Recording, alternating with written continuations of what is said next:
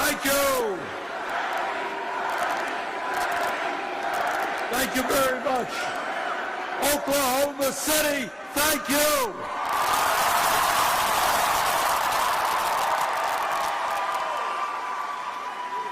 This is a beautiful crowd, and this is a loud crowd. All right.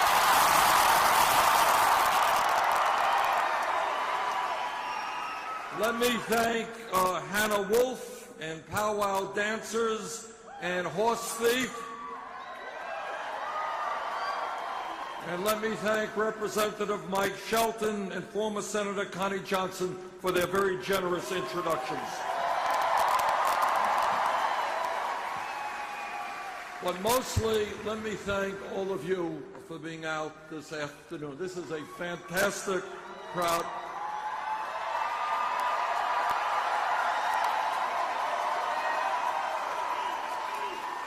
You know, we began this campaign about 10 months ago. When we began, we were 3% in the polls.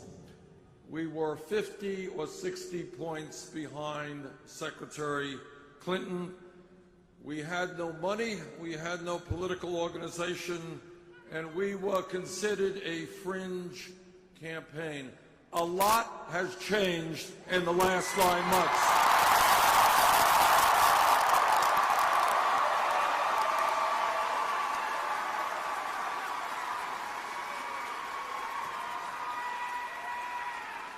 In a number of national polls, we are just a hair behind, and a few now have us in the lead.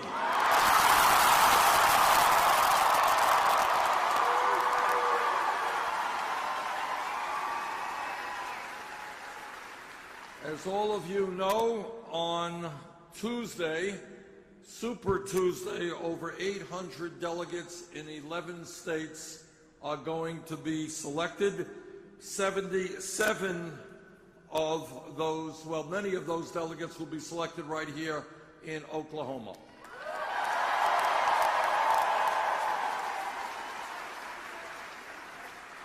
And I hope very much you will be participating here in Oklahoma on Super Tuesday.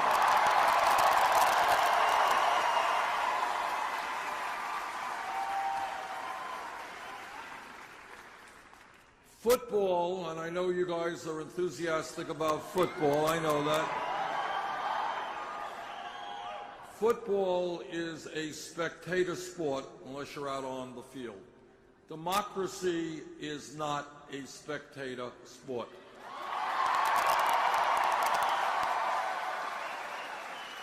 And when we talk about making a political revolution, what it means is that we're going to change the political culture of America. And what that means, and this is not easy stuff, this is pretty revolutionary stuff, is the millions of people, including many in Oklahoma, many in my own state of Vermont, who have given up on the political process. These are people who say, why should I vote? You know, I look at what goes on in Washington. These guys could care less about me. We talk about young people never having participated in the political process. What our job is to revitalize American democracy, to have one of the highest voter turnouts on earth rather than one of the lowest.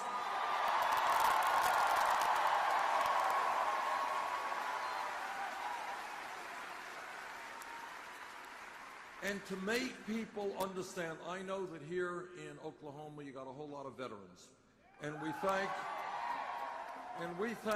the veterans for putting their lives on the line to defend this country.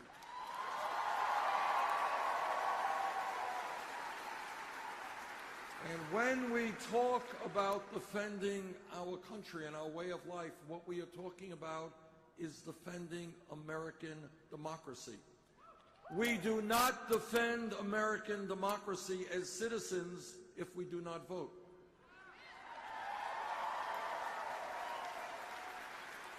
Or if we do not think about and fight for those issues that are most important to us. I will tell you as a member of the Senate what happens when people don't vote and don't participate.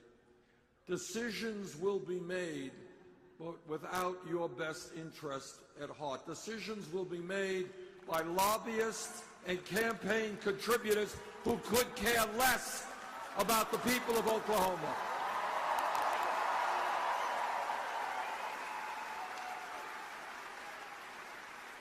So what it all comes down to is not a very radical idea. What the political revolution means is that millions of people stand up and say loudly and clearly, enough is enough.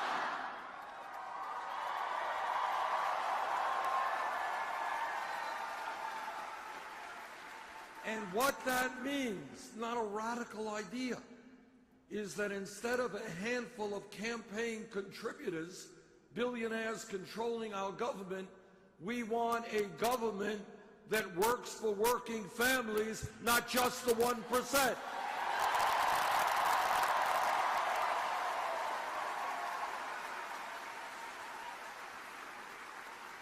But that is not an easy fight, because Wall Street and corporate America and the wealthy campaign contributors, they have enormous power. They would prefer that you don't vote. They would prefer that you not get involved in politics so they could continue to give tax breaks to billionaires and send our jobs to China and other low-wage countries.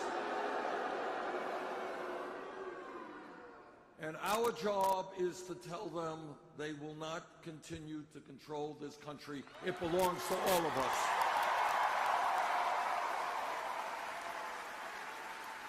Now, the reason that our campaign has as much momentum as it does, and we're bringing out, huge turnouts like this here, and huge turnouts.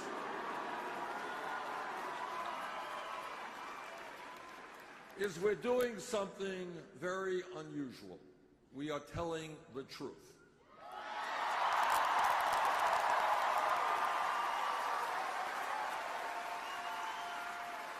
And sometimes the truth is not necessarily pleasant.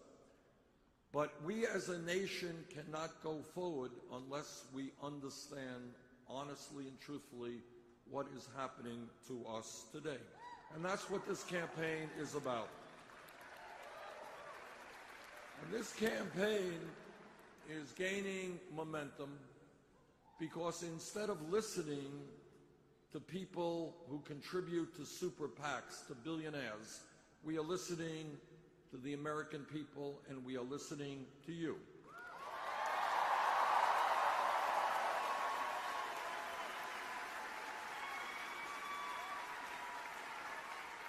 We are listening to working people who tell me they cannot make it on $9 or $10 an hour.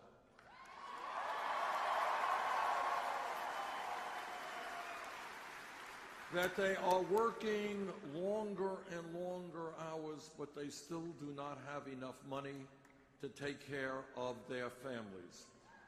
And that is why, together, we understand that the federal minimum wage of $7.25 an hour is a starvation wage. We're going to raise it to a living wage.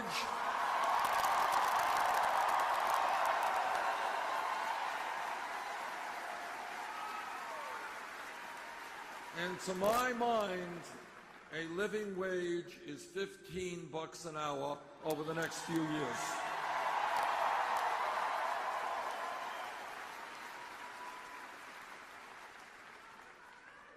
And we are listening to senior citizens, our parents and our grandparents.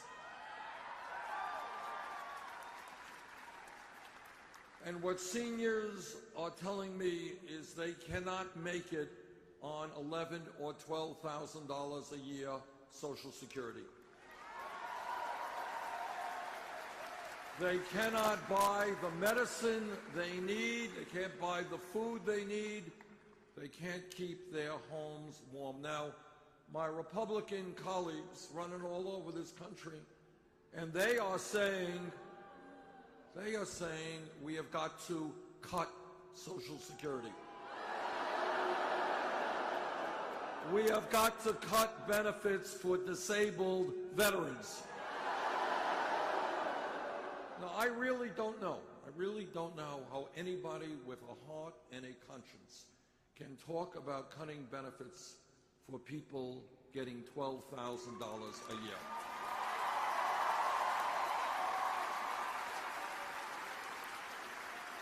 So I say to those Republicans, no, we are not going to cut Social Security. We are going to expand Social Security.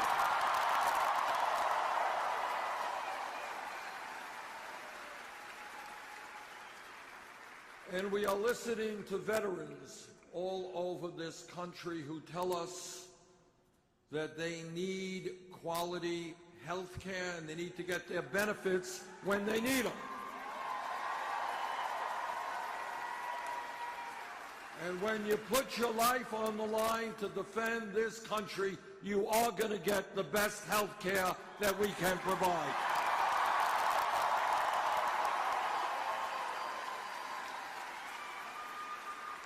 And this campaign is listening to young people.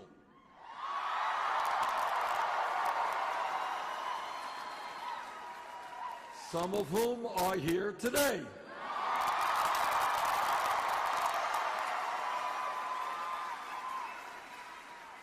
And what young people are saying is, how does it happen that we go to college and we end up $40,000, $60,000, $100,000 in debt?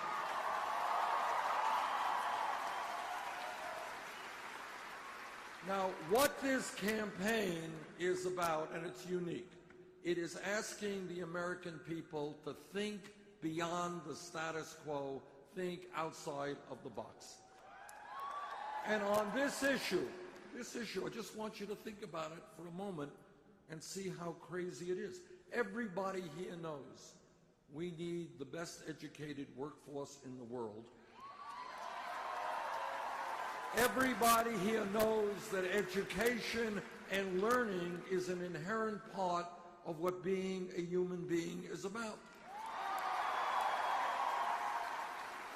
Why is it, therefore, that we punish millions of people for the crime of getting a higher education?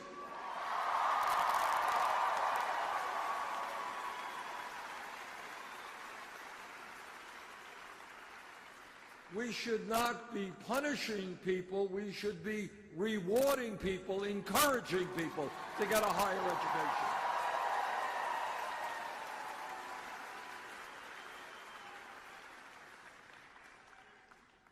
We are listening to women.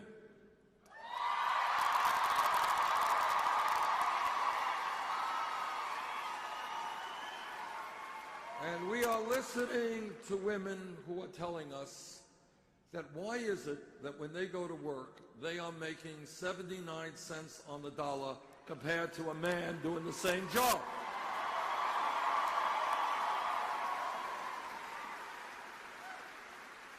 And you know what?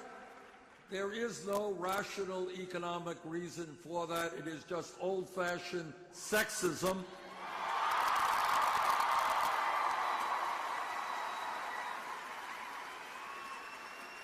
And together we're going to change that. And I know that every man in this arena this afternoon will stand with the women in the fight for pay equity.